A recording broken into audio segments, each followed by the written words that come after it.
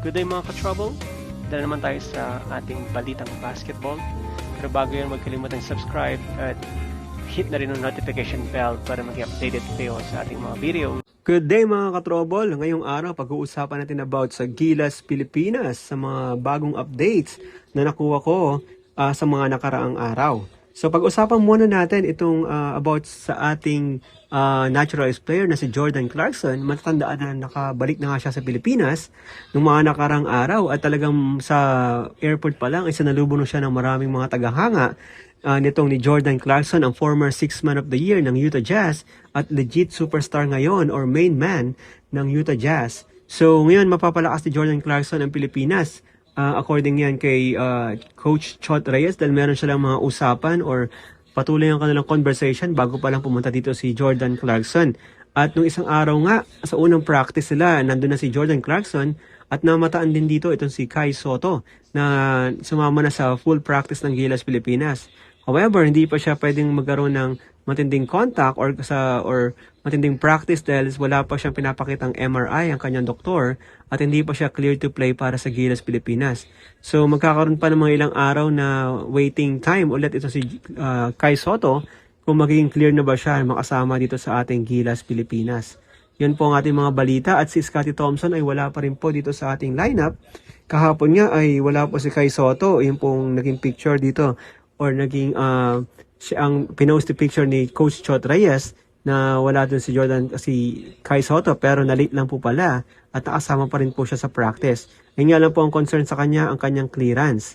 So matatandaan na maganda rin ang pinakita ni AJ Edu at mag-team up siya dito kay Jordan Clarkson kasama kung sakali si Kai Sotto at magkakaroon tayo ng matinding lineup. Ang projected starting five natin kung makakabalik si Scottie Thompson, siya ang magiging starting point guard ng Gilas Pilipinas at ang shooting guard natin si Dwight Ramos at of course ang ating small forward is si Jordan Clarkson at ang power forward natin ay si AJ Edu at ang center natin ay 7'3" na si Kai Sotto. Kayo mga ka-trouble, sino sa tingin nyo ang karapat-dapat na mapasama dito sa first 5? Pero bago ang tanong dyan, sino ba ang makasama dito sa final 12? At for sure, shoe-in na itong si Jordan Clarkson at si Kai Sotto kung sakaling okay na po siya sa kanyang ang health. At sure na rin dyan si Dwight Ramos for sure, Junmar Fajardo, at even si Japet at si AJ Edu kasi kailangan taga natin ng malalaki after na si mag-beg off itong si JP Eran dahil sa kanyang tinatamong injury at mawala siya ng matagal-tagal.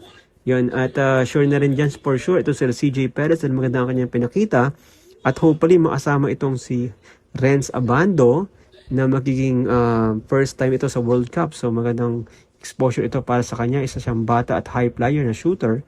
At for sure makakasama dyan it's either Ray Parks, Roger Pugoy, or even Ravena Brothers. For sure itong si keeper ang may chance na makapasok dito sa final 12 ng World Cup. So patuloy lang po ang practice at ang Gilas Pilipinas dahil magkakaroon sila ng tune-up games sa August 16, August 20 at 21 sa mga bansang Montenegro, Ivory Coast at itong Mexico. So magandang tune-up games to dahil malakas din itong si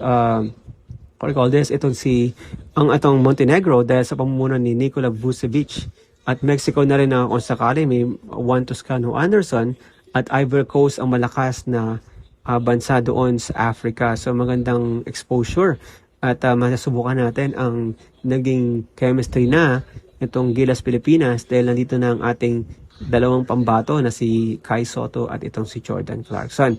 Manatiling nakatutok po sa mga susunod na araw at marami po tayong magiging updates na magaganap dahil of course sa mga susunod na araw marami ang practice na magaganap ang Gilas Pilipinas at hopefully makakuha na tayo ng bagong balita about dito sa clearance ni Kai Sotto at sa kanyang MRI. So maraming salamat mga ka-trouble sa inyong suporta. Once again, this is Troubleshoot. I'm out.